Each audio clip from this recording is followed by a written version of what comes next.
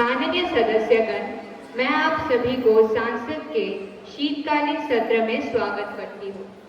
मैं आशा करती हूँ कि इस सत्र की पहले दिन की सांसदीय कार्यवाही शांतिपूर्ण तरीके से संपन्न करने में आप सभी लोग प्रयत्न करेंगे।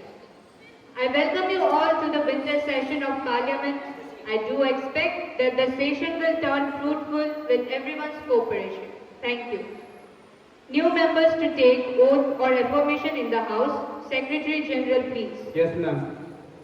Shri Kamaldeep Das, Member of Parliament, who stands elected from Buxar constituency in Bihar to take oath or affirmation.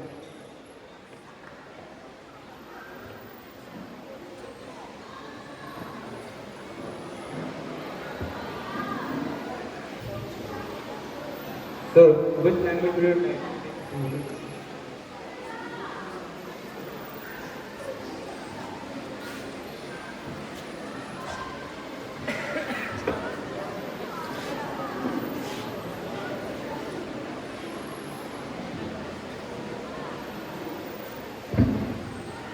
मैं कमलदेव, जो लोकसभा की सदस्य निर्वाचित हुआ हूँ, मैं सत्य और निष्ठा से प्रतिज्ञा करता हूँ कि विधि द्वारा स्थापित भारत के संविधान के प्रति सच्ची श्रद्धा और निष्ठा रखूंगा, देश की प्रभुता और अखंडता अक्षुण्ण रखूंगा।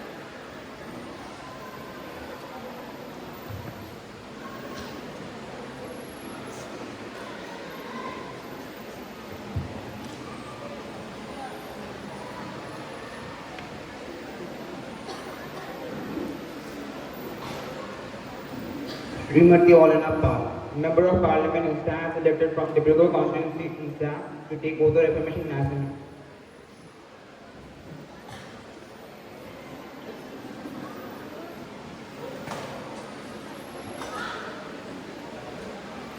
মই অলেনা পাল লোকসভাৰ সদস্য নিৰ্বাচিত হোৱা ঈশ্বৰৰ নামত শপত খাই কওঁ যে বিধি দ্বাৰা স্থাপন কৰা ভাৰতৰ সংবিধানৰ প্ৰতি মই প্ৰকৃত বিশ্বাস আৰু নিষ্ঠা বহন কৰিম।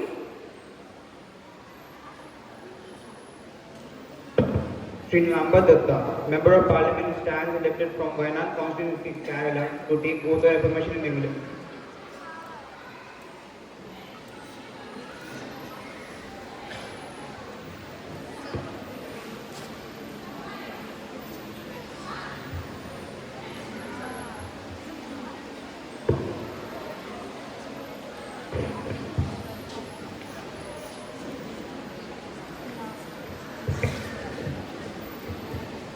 I, Nilamba Datta, having been elected a member of House of People, do solemnly affirm that I will bear true faith and allegiance to the Constitution of India as by law established, and that I will faithfully discharge the duty upon which I am about to enter.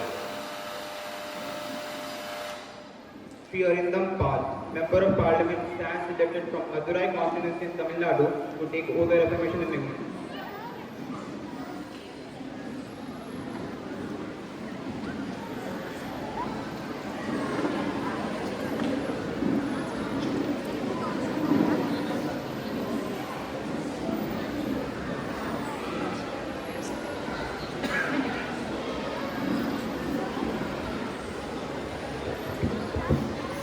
I, Arindam Paul, having been elected a member of House of People, do swear in the name of God that I will bear true faith and allegiance to Constitution of India as by law established, that I will uphold sovereignty and integrity of India and faithfully discharge all my duties.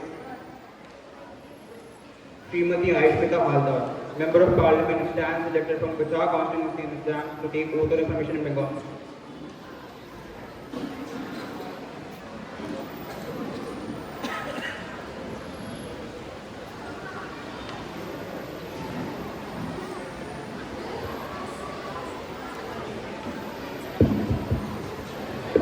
আমি আয়ুষ্মিতা হালদার লোকসভার সদস্য নির্বাচিত হয়ে ঈশ্বরের নামে শপথ নিয়ে বলিতেছি যে বিধি দ্বারা স্থাপিত ভারতের সংবিধানের প্রতি আমি অকৃত্রিম নিষ্ঠা ও অনুগত্য পোষণ করিব।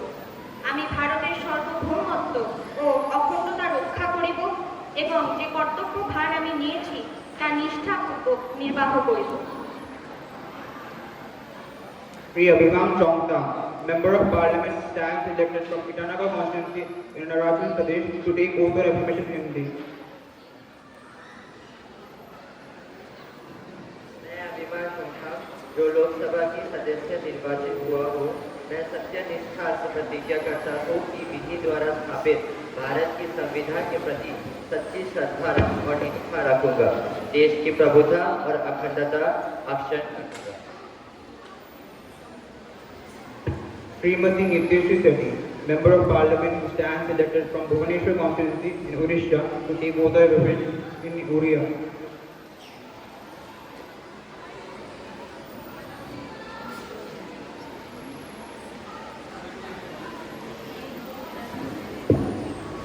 ମୁଁ ନିତ୍ୟଶ୍ରୀ ସେଠୀ ଲୋକସଭାର ସଦସ୍ୟ ରୂପେ ନିର୍ବାଚିତ ହୋଇ ଈଶ୍ୱରଙ୍କର ନାଁରେ ଶପଥ କରୁଛି ଯେ ମୁଁ ବିଧି ଦ୍ୱାରା ସ୍ଥାପିତ ଭାରତର ସମ୍ବିଧାନ ପ୍ରତି ଶ୍ରଦ୍ଧା ଆଉ ନିଷ୍ଠା ରଖିବି ମୁଁ ଭାରତର ସାର୍ବଭୌମତ୍ୱ ଆଉ ଅଖଣ୍ଡତା ଅକ୍ଷୁଣ୍ଣ ରଖିବି ଏବଂ ମୁଁ ଯେ ପଦ ଗ୍ରହଣ କରିବାକୁ ଯାଉଛି ତାହାର କର୍ତ୍ତବ୍ୟ ଶ୍ରଦ୍ଧାପୂର୍ବକ ନିର୍ବାହ କରିବି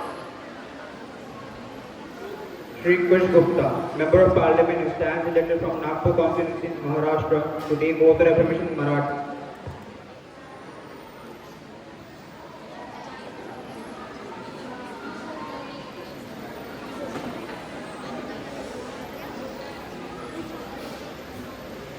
मी गिल गप्पू जो लोकसभेचे सदस्य म्हणून निवडून आले असल्याने गंभीरपूर्वक दृढ कर्तव्य कराटे की मैं विधि द्वारा स्थापित भारतीय संविधानाप्रति अनन्य श्रद्धा और निष्ठा भारतीय सार्वभौमत्व से निर्धारण रक्षण करें हमें जो कर्तव्य पाता माना प्राप्त होता है त्याने केल्यास बात करें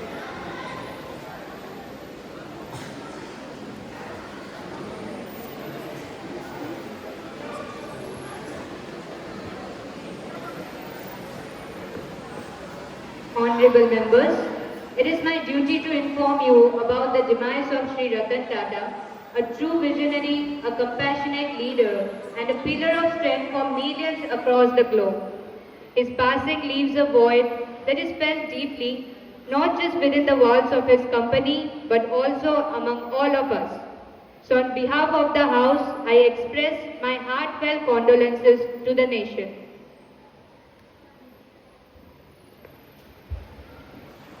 माननीय अध्यक्ष महोदय, रतन टाटा जी का निधन हम सभी के लिए अपूर्णीय क्षति है।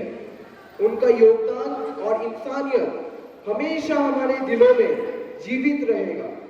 रतन टाटा जी के निधन से देश ने एक महान व्यक्तित्व को खो दिया है। उनकी विरासत और प्रेरणा हम सभी के दिलों में हमेशा जीवित रहेगी।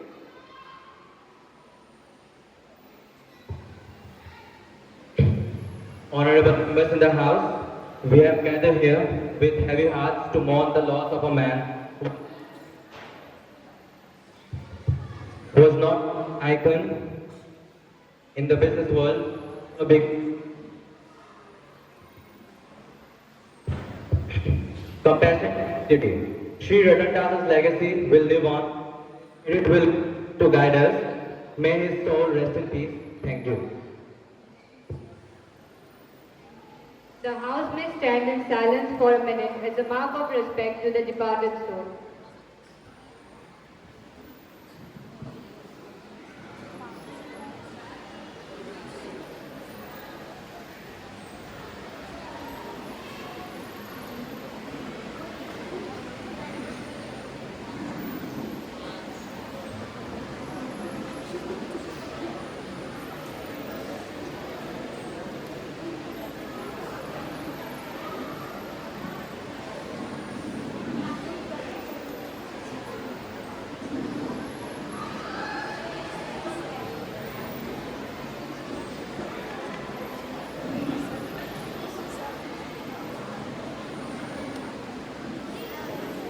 Thank you.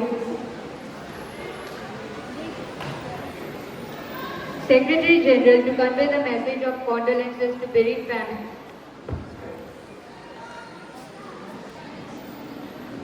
Introduction of new ministers. Prime Minister, please. Honorable Speaker Madam, I'm pleased to introduce my cabinet to you and to the members of the House of People. Sri Shoham Palin, who is appointed as the Minister of Education, Srimati Shriya Sarkar, who is appointed as the Minister of Women and Child Development, Sri Sonadeep Biswas, who is appointed as the Minister of Social Justice and Empowerment.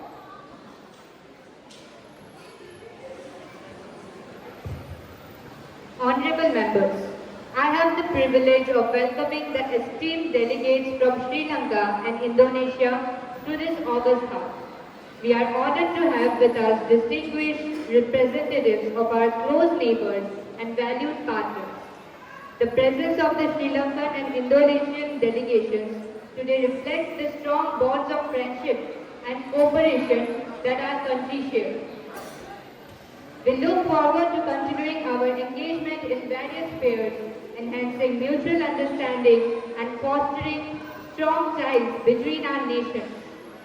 On behalf of the House, I extend a warm and cordial welcome to our distinguished guests. We are pleased to have you with us today. We wish you a happy and comfortable stay in India.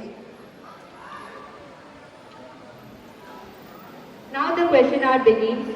Question number 101 by Shri Arindam Kaur.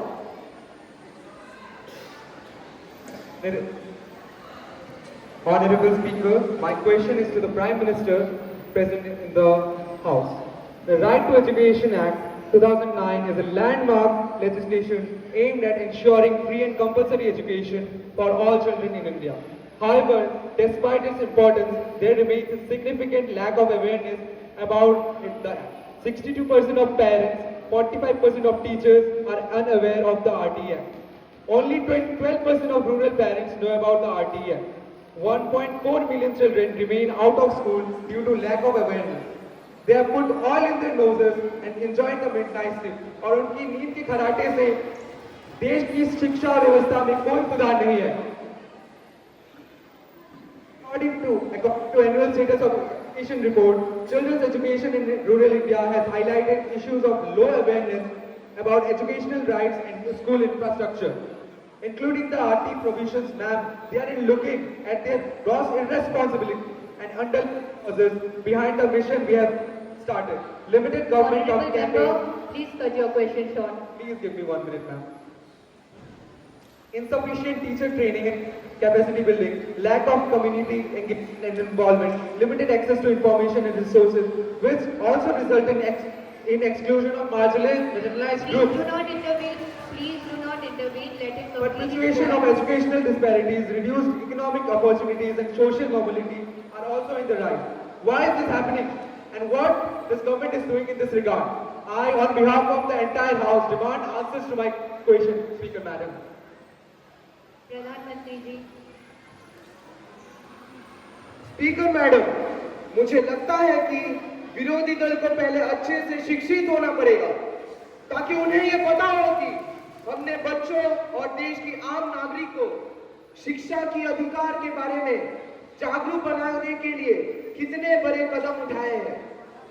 The government through the Ministry of Education has launched various awareness campaigns to inform parents, children and communities about their rights under the RTE Act.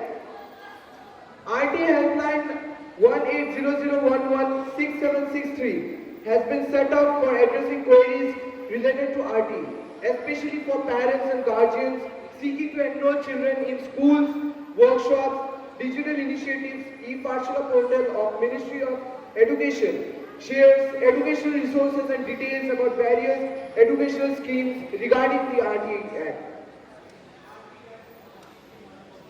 Please do not intervene. Let it complete. National Repository of Open Educational Resources, NROER, and the government often conduct special enrollment drives, especially at the beginning of the academic year, to ensure that children who are out of the school are enrolled in nearby government schools. Incentives and scholarships and role of NGOs and civil society organization groups partner with the government to disseminate information about the RTE. Ma'am, media collaboration with Videos in the house. Ma'am, school management committees, SMCs, awareness through social media, collaboration with state and local governments also play a critical role in implementing and raising awareness about the RT.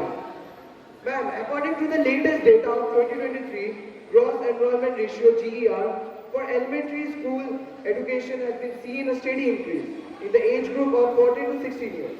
The enrollment is close to 100%. The number of out-of-school children has dropped significantly, and some states still face challenges in reaching marginalized communities. There is also reservation for economically weaker sections, EWS, as per the RTI. However, we are facing some critical challenges which we are trying to overcome as soon as possible. Thank you.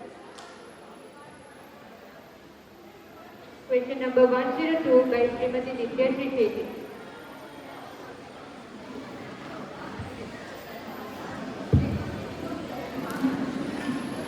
Honorable Speaker, my question is to the Minister of Women and Child Development. I rise today to bring to the attention of this House the glaring inconsistency and the lack of transparency in the implementation of the midday meal scheme under the Right to Education Act. This crucial scheme meant to ensure that every child in India receives nutritious meals and remains in school appears to be languishing under neglect and inefficiency by the ruling government.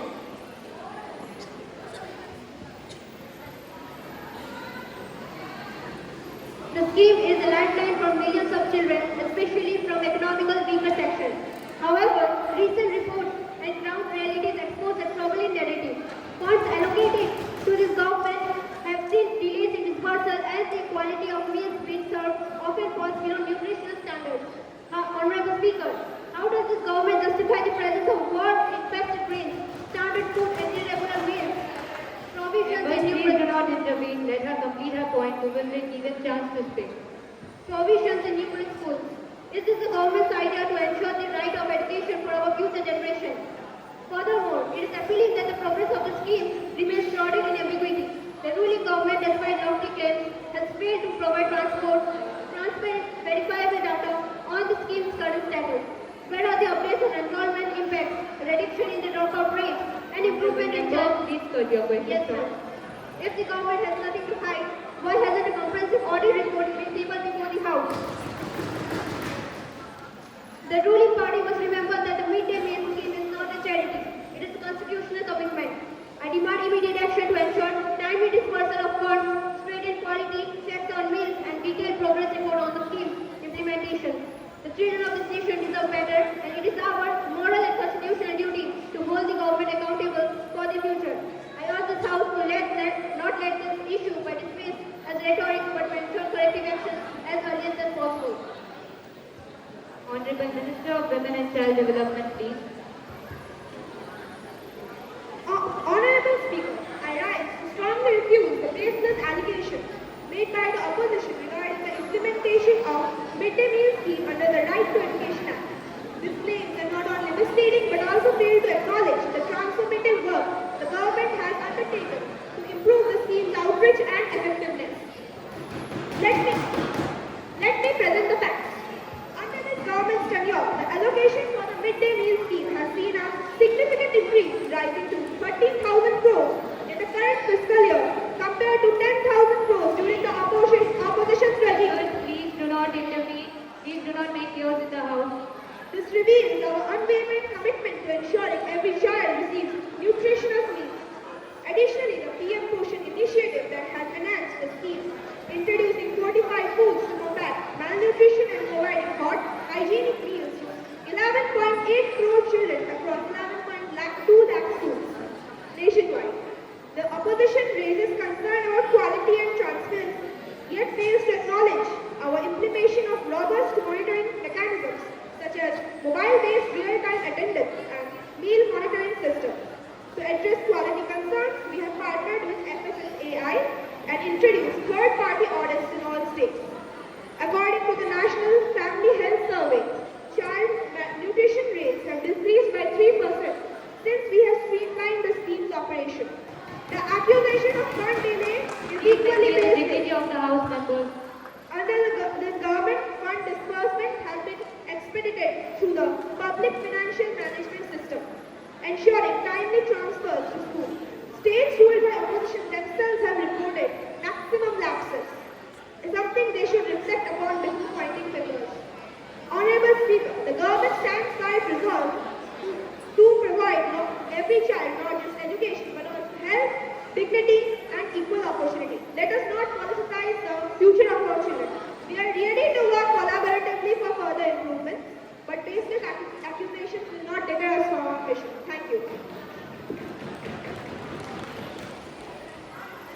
Question number 103 by Ms. Aishmita Haldar, please.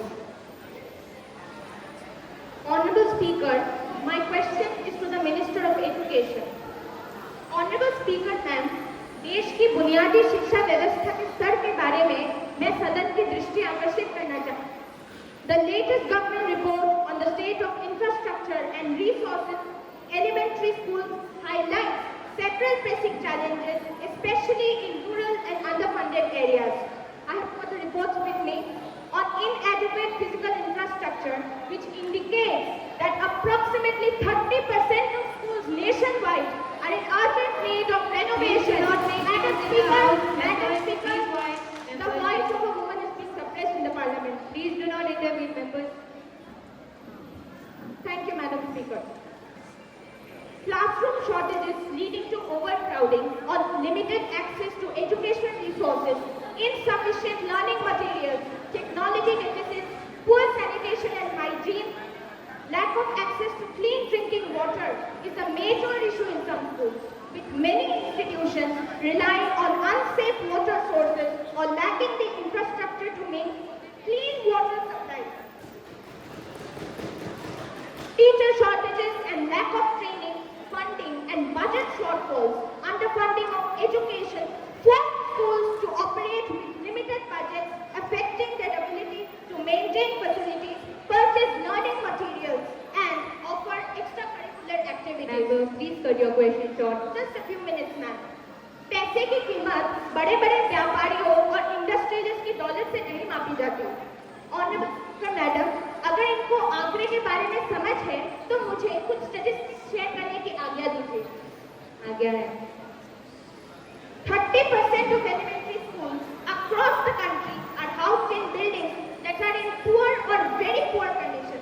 25% of rural schools report that their classrooms are overcrowded with more than 40 students per class, significantly hindering teaching and learning.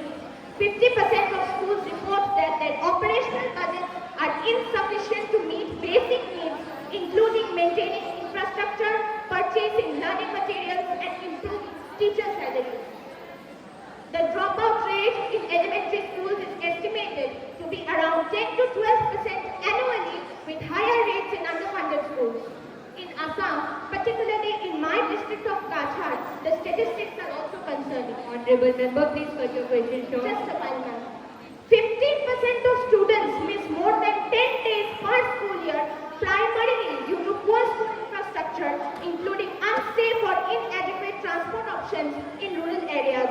In remote areas, 5 to 8% of schools experience periodic closures due to extreme weather conditions, lack of basic facilities such as electricity or water, and transportation issues. Will the Education Minister be kind enough to answer these questions? Thank you. माननीय शिक्षा मंत्री. Honorable Speaker, Madam, the Indian government is taking significant steps to enhance elementary school education, aligning with its broader vision for developed nation by 2047. Here are some key initiatives and developments. Regarding increased funding and digital literacy, the Union Budget 2024 allocated 1.48 lakh crore for education, emphasizing job skills, digital literacy and equitable access to quality education. Investment in digital infrastructure and GST exemptions for education-related tools have been proposed to prepare students for technological advanced future.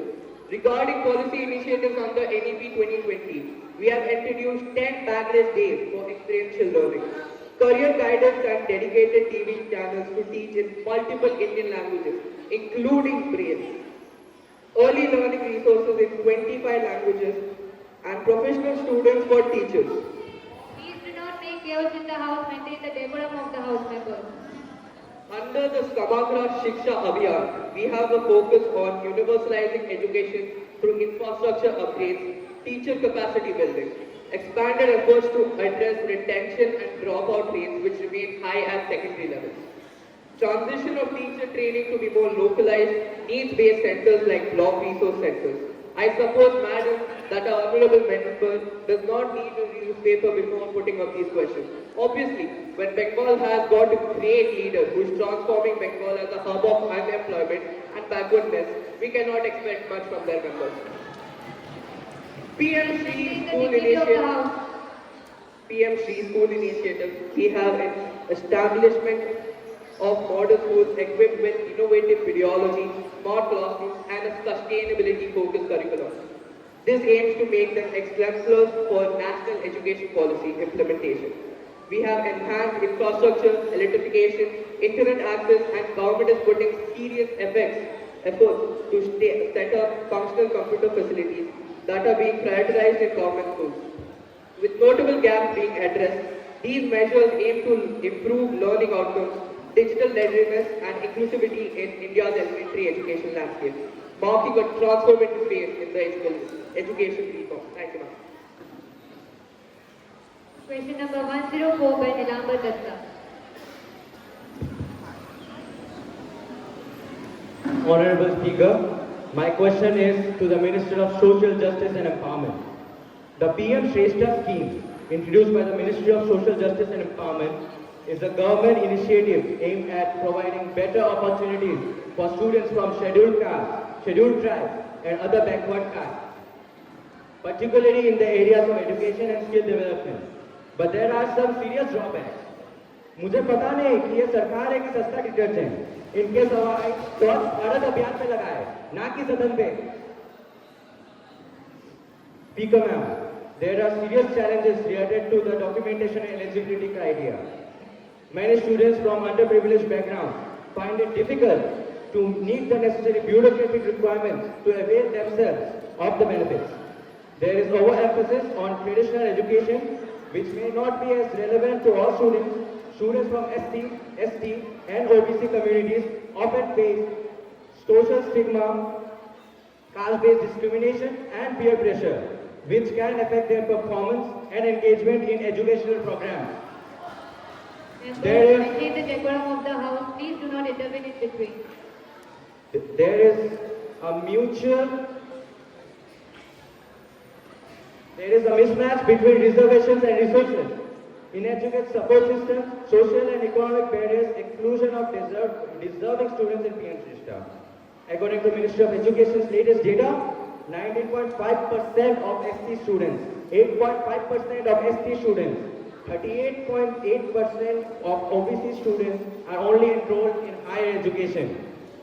Regarding dropout rates, SC and ST students have higher dropout rates in higher education compared to other students in higher education. According to a CSE report, only about 60 to 65%. Please cut your question short. Just a second, ma'am. Only about 60 to 65% of the funds allocated for scholarships of SC and ST students were effectively utilized. The National Commission for Scheduled Castes report that 40% of SC and ST students face caste-based discrimination in higher education institutions. मेरे इन प्रश्नों का विपरीत सदन को आपका जवाब चाहिए. Thank you. माननीय मंत्री जी.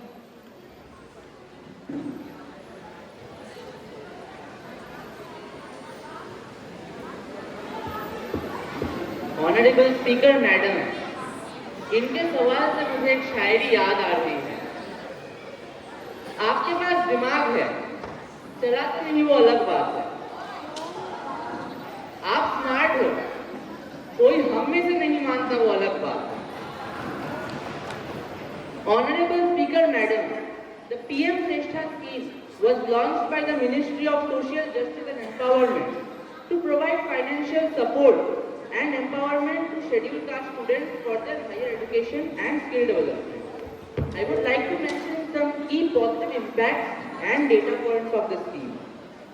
The scheme offers financial assistance to SC students pursuing undergraduate, postgraduate, and diploma courses in top-graded institutes.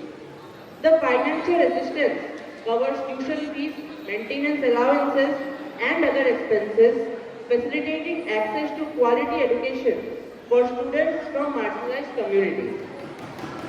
PM Silchar encourages ST students to enhance their skills through vocational training and certification programs, opening pathways for better employment opportunities. More than 10,000 students have been impacted by the scheme since its launch, with a strong focus on students in rural and economically weaker sections. By providing necessary financial support and academic counseling, the scheme has helped reduce the dropout rate among SC students in higher education. रही बात आंकड़ों तो सुनिए. Over 10,000 SC students have benefited from financial support and skill development programs सभा under की the मर्यादा scheme. का ध्यान रखिए. मेंबर्स सभा की मर्यादा का ध्यान रखिए. Thank you, ma'am. Approximately 200 crore has been allocated annually to fund the educational and vocational assistance for SC students. This scheme has supported several thousand students in top academic institutions and vocational training centers. Speaker Madam, the PM Silchar scheme has had a positive impact on SC students, enabling them to pursue higher education and vocational skills, ultimately fostering economic empowerment. By offering financial aid and skill development, the scheme has significantly contributed to reducing social inequalities and enhancing access to quality education, improving employment outcomes, and empowering marginalized communities. Question number 105 by Mr. Chris Gupta.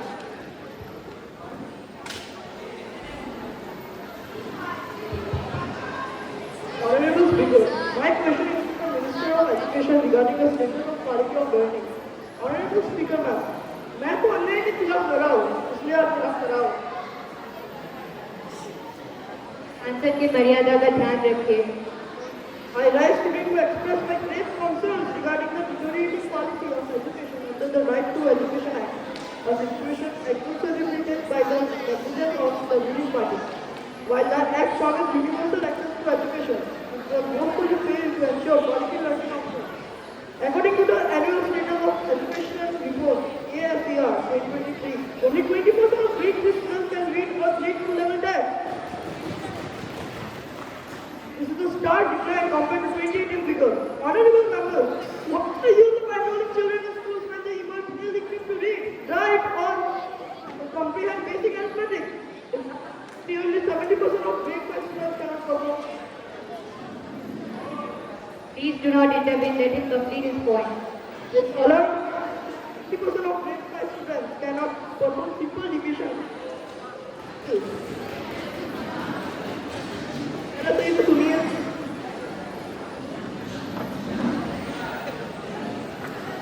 Please do not make unnecessary chaos in the house. Under this government's tenure, teacher vacancies remain unaddressed, with over 100 positions lying vacant across public schools. Classroom pupil teacher ratios often exceed 6:1, a clear violation of the RT norm. Digital learning remains a business dream for millions due to inadequate infrastructure and funding cuts. The ruling party's apathy has turned our school into enrollment factories, producing certificates instead of competent citizens. I demand immediate corrective measures to ensure that the promised education does not remain a hollow slogan. Honorable Minister of Education, please. I want to thank Mr. Krish for bringing up these issues like a superhero. Unlike Hrithik Roshan, who also was a superhero called Krish, I stand here to counter these baseless accusations made by the opposition regarding the Right to Education Act. Let me remind this House of the tangible progress we have made in improving the quality of education and ensuring the promises of RT are realized for every child in India. Under this government leadership, the gross enrollment ratio has reached unprecedented levels, with nearly 97% of children now enrolled in primary schools. Please do not Additionally, make chaos in the house. Let them complete their point. You will be given chance to speak. thank you, ma'am. Additionally, our flagship programs like the Samagra Shiksha Abhiyan have significantly strengthened school infrastructure, provided digital learning tools, and introduced smart classrooms across rural and urban areas. Over 3.5 lakh teachers have been recruited and trained in innovative teaching methods to bridge learning gaps. The opposition cherry picks data, but let me quote ASER 2023. Foundational literacy and numeracy programs such as the Nipun Bharat work are showing promising results in learning outcomes. Yes, challenges remain, but the legacy of decades of neglect by previous governments, this government has increased education funding consistently, established over 600 new Kendra Vidyalayas and connected over 80% of schools with electricity and water facilities. Our commitment to education is unwavering and no opposition rhetoric can overshadow those achievements. Thank you, ma'am. Now, according to the parliamentary rules and item number 24, the legislative business of the House will be taken up for debate and discussion. Honorable Minister of Women and Child Development to introduce the Child Labour Prohibition and Regulation Amendment Bill 2024. Honorable Speaker, Madam, with your due permission, I stand before the House to introduce the Child Labour Prohibition and Regulation Amendment Bill 2024. Now the question is that the leave may be granted to the Minister to introduce the Child Labour Prohibition and Regulation Amendment 2024. Those who are in favour say aye. Those against say nay. I think the ayes have it, the ayes have it, the ayes have it. Leave is granted. Please introduce the bill. Honorable Speaker, Madam, the Child Labour Prohibition and Regulation Amendment Bill seeks to amend existing laws related to child labour in India. It is primarily an amendment to the Child Labour Act 1986, which aims to regulate the employment of children, protect their rights and ensure their welfare. The amendment bill is introduced with the goal of strengthening provisions related to child labour, addressing the evolving nature of child labour in the country and bringing law in line with international standards. Key features of Child Labour Prohibition and Regulation Amendment Bill are prohibition of child labour under 14. The amendment bill seeks to prohibit the employment of children below the age of 14 years in all forms of work except for those in family-based or non-hazardous occupations or in the entertainment industry subject to certain conditions and safeguards. Hazardous work for adolescents. The bill allows adolescents aged 14 to 18 to work in certain non-hazardous sectors but prohibits their employment in hazardous industries. These industries might include mining, factories or other high-risk sectors that pose significant harm to young workers. Third, prohibition of child labour in specific sectors. The bill places a ban on the employment of children in specific sectors that have been identified as particularly hazardous, such as domestic work, in hotels, restaurants and in hospitality industries, such as well as hazardous industrial processes.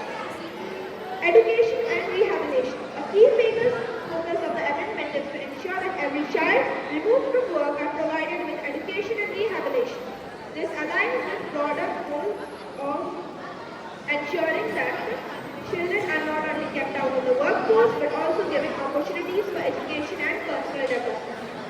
Enforcement and penalties. The bill seeks to strengthen enforcement mechanism by imposing stricter penalties on violators, including employees who violate provisions regarding child labour.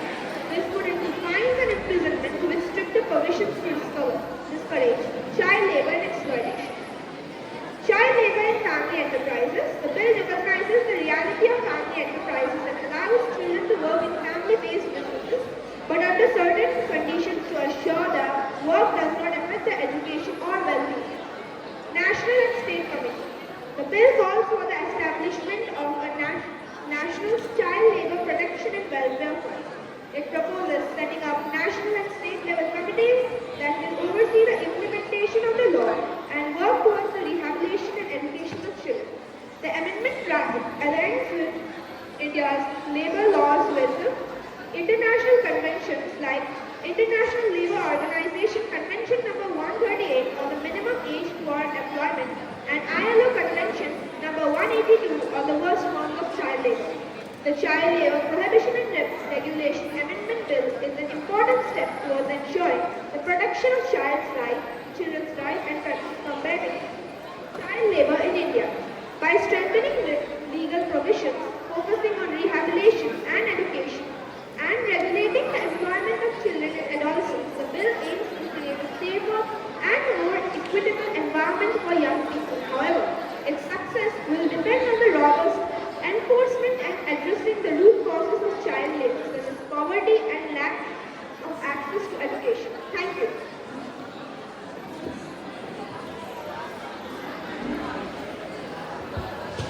Honorable Speaker and members of the House, I am Arindam Paul, stand here to question a bill that dares to touch the children of our country. The amendment bill seems to be a very beautiful words of our house, our ruling party, but actually the babus of the ruling party enjoy their lavish life by using the education. The babus of the ruling party bring the sweetest tea from Assam and claim that the act is progressive and everything. But let's expose its true face. It is a dangerous cocktail of constitutional betrayal, policy dilution and misplaced priorities. इनको बच्चे तो पढ़ाना है, पर बच्चों को पैसे बिल्कुल नहीं देना है पढ़ाने के लिए. According to the Article 24, which prohibits child labor, but it also has a very big loophole. You may ask what? They have introduced a beautiful clause that helps their business friends. They have introduced the clause allows the children under the age of 14 to work in their family-based enterprises. Do you know the reality? 97 the child laborers work in family-based industries. Is every children who is working as a child laborer out of the 3 million child laborers has a family of big businesses? These are false information created by those businessmen to use the low-wage child labor. Not only that, I have another argument to ask the ruling party. The tax loophole that they have given to their business friends, Adani Ambani. The clause allowing the children to work in family enterprises opens the door for tax evasion by the businesses. Employers can falsely show inflated salaries paid to children in family-run businesses to claim deductions under the income tax law. In 2021, tax evasion through this type of salary-based loopholes contributed significantly to India's estimated 5.35 lakh crore annual loss from tax fraud. This is data from their own website. Thank you. Honorable Speaker, if I may, पहली बात, आप लोग को बस गलत statistics पढ़ना आता है क्या? रियल लाइफ एग्जांपल्स कुछ तो दो.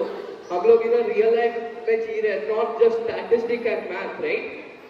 दूसरी बात, आपका ऑपोजिशन पार्टी हमारे रूलिंग पार्टी में कुछ ढूंढ नहीं पा रहे, तो बस एक ही पॉइंट बोल सकते हो, अदानी अदानी अदानी, और कुछ तो इनके पास होता नहीं है. बस अदानी अदानी, बीजेपी ने अदानी के लिए ये किया, रूलिंग ने ये किया, रूलिंग ने वो किया. रियल लाइफ एग्जांपल से ढूंढ नहीं पा रहे. कुछ है? जरूर.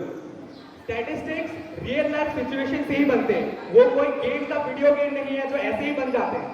First of all, you didn't even try to talk anything about the tax loophole, I say, anything about the counter from the family business clause that you have created to help your friends. And now you will be attacking the Adani Ambani that I just said. Seems like the ruling party has nothing to say about our beautiful counters to their amendment bill that they have created to waste our time. Well, अभी तक मेरे को example नहीं मिला, but फिर भी हम बोल देते हैं. According to the family enterprise bill that we have said, we have mentioned that children can work in a family enterprise only if it doesn't hamper their well-being or their education. And also we have NGOs, we have different schemes like the NCLP, the National Child Labor Protection Scheme. We have CRY, Child Rights and Youth, which goes to family enterprises, which they check if the children working there have proper education. If they don't, NCLP focuses on vocational training, there are job skills training, and they also get midday meal and they get 150 per child every single day. And also for tax evasion, the ones that you have said, we have introduced acts like the Contract Labor Act, which also checks all the if any child is given a contract to work under some business. And also there is another thing which is called the Child Labor Prohibition Act, which also gives imprisonment to the companies and also fines them for up to 2 lakh rupees. Well, this will be my last counter, but I would like to say to everyone, this will be what will finish their own work. First of all, they say NGOs, right? There's no government institution seeing through this, monitoring this acts of child labor. We still go to our roads in Silchar only, we will find child laborers working, and still they are saying they are monitoring services. Tax loophole, I agree that they might be doing something, but it's still happening. I have my data, which each and every year goes on. This tax loophole act is being used each and every year. Thank you.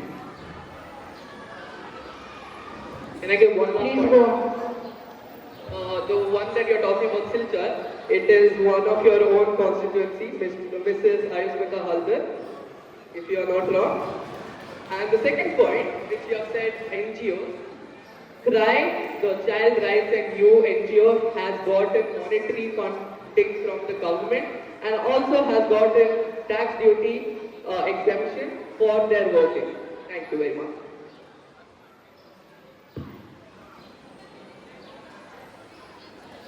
Honorable Speaker, Madam, my fellow parliamentarians, हम इनकी तरह किताबें पढ़ के नहीं आते हैं, मगर ग्राउंड की रियलिटी महसूस करके आते हैं.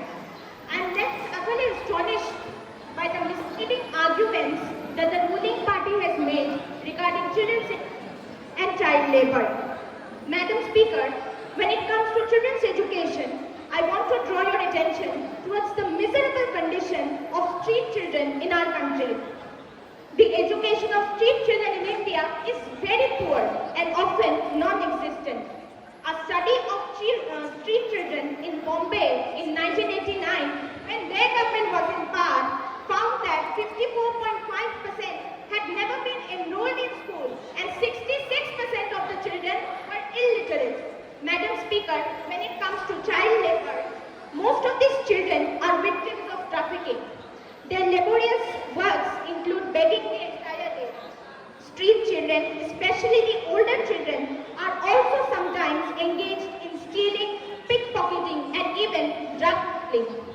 Madam Speaker, जब issues को address करने की बारी आती है, तब ये लोग सबसे आगे रहते हैं. मगर जब implementation की बारी आती है, तब भगवान को भी मालूम नहीं ये लोग कहाँ गुमराह हो जाते हैं. Madam Speaker, if the government's intention is to save children from child labor, why is it that only 20% of the rescued children are rehabilitated? What about the rest 80%? The truth is, Madam Speaker, the rest 80% have to beg in the streets. Forget education. They are made to die of hunger.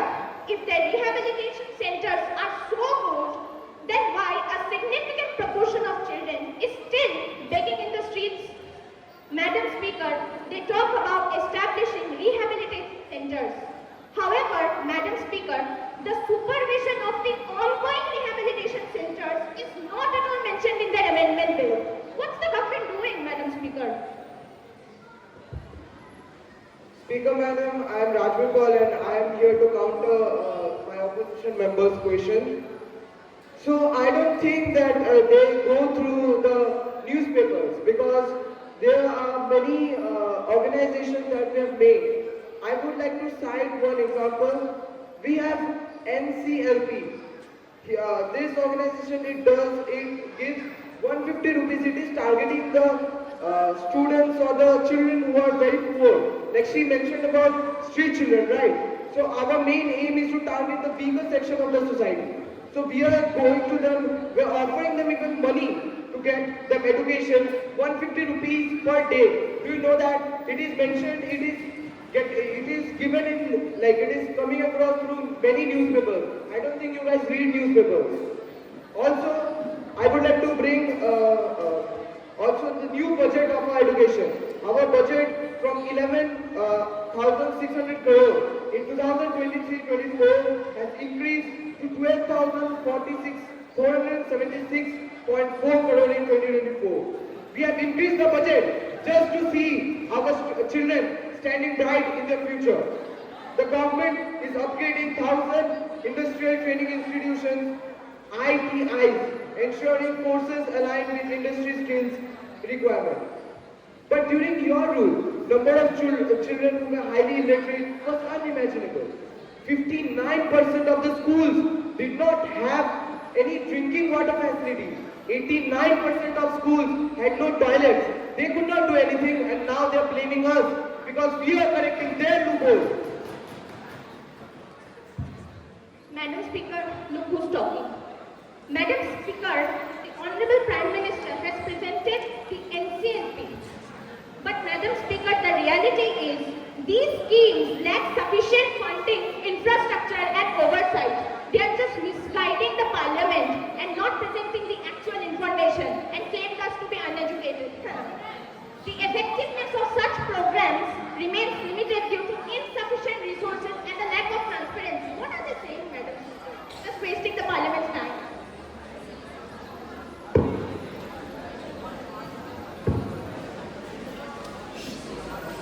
So you guys are claiming that you have started NCLB, right? You guys did not give 150 rupees to children.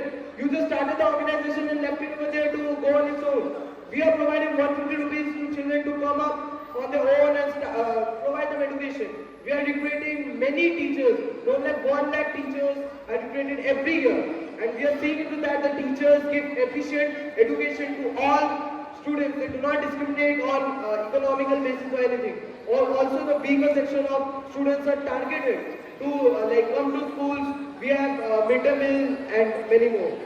Also the government provides loans up to 10 lakh rupees to higher education in domestic institutions. We are providing so much of facilities to the children just to come up and get educated so that they can become something big in the future. Madam Speaker, they spoke about education, but Madam Speaker, the reality is the children are made to work along with pursuing education.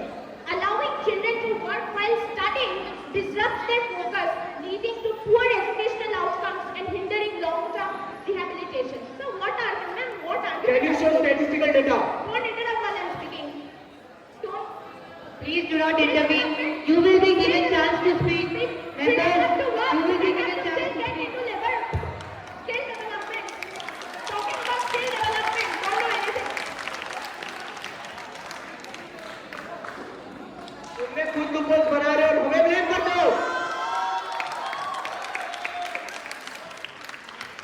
Honorable Speaker, as per Rule 374 of Parliamentary Affairs, I move the resolution to suspend Shri Abhiman Chowtha for the remaining session of the Parliament for his gross misconduct. Members, should the proposal be accepted, those in favor say aye. Those against say nay. I think the ayes have it, the ayes have it, the ayes have it. Mr. Abhiman Chowdhury is suspended for the remaining session on account of violation of the decorum of the House. Guard, please escort Mr. Abhiman out of the House.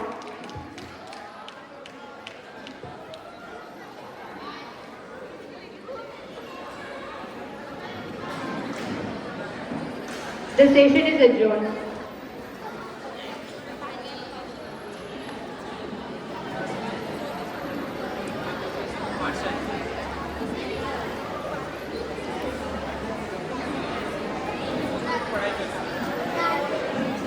I am Rajvi Paul. Soham College.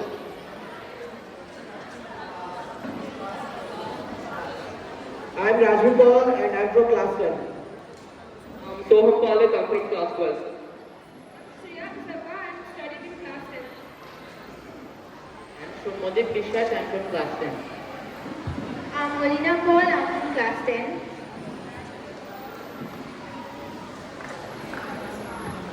Kamaldeep Das from class 9. I'm Nilambar Datta from class 10. I am Arindam Paul for class 12. I am Ayushmita Haldar from class 10. I am Nityashi Sethi from class 11. I am Krish Gupta from class 9. I am Sujita Rai from class 10. Before the motion is moved, I request the Honorable Minister to clarify all the doubts to the fullest. I think all the doubts have been clarified. With these words, I now move the amendment bill to be taken into consideration. I also request the House to pass the bill. Now the question is, should the proposal be accepted? Honorable Member Shri Nilambar Datta, do you have any objections? No, ma'am. In view of the answers given by our concerned ministers, I am satisfied. I shall now put the motion that the bill be passed to vote. The question is that those in favor say aye. Those against say nay. I think the ayes have it, the ayes have it, the ayes have it. Secretary General, please. Honorable members, I am starting the voting process. The voting time starts.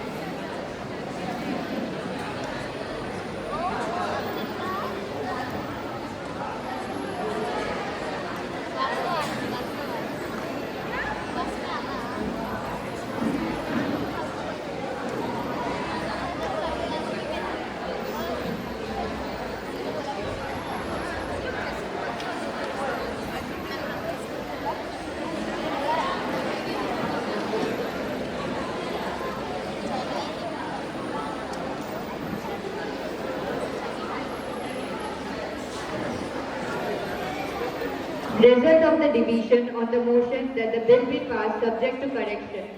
Ayes 10, nays 4. The motion is adopted and the bill is passed. This marks the end of today's session.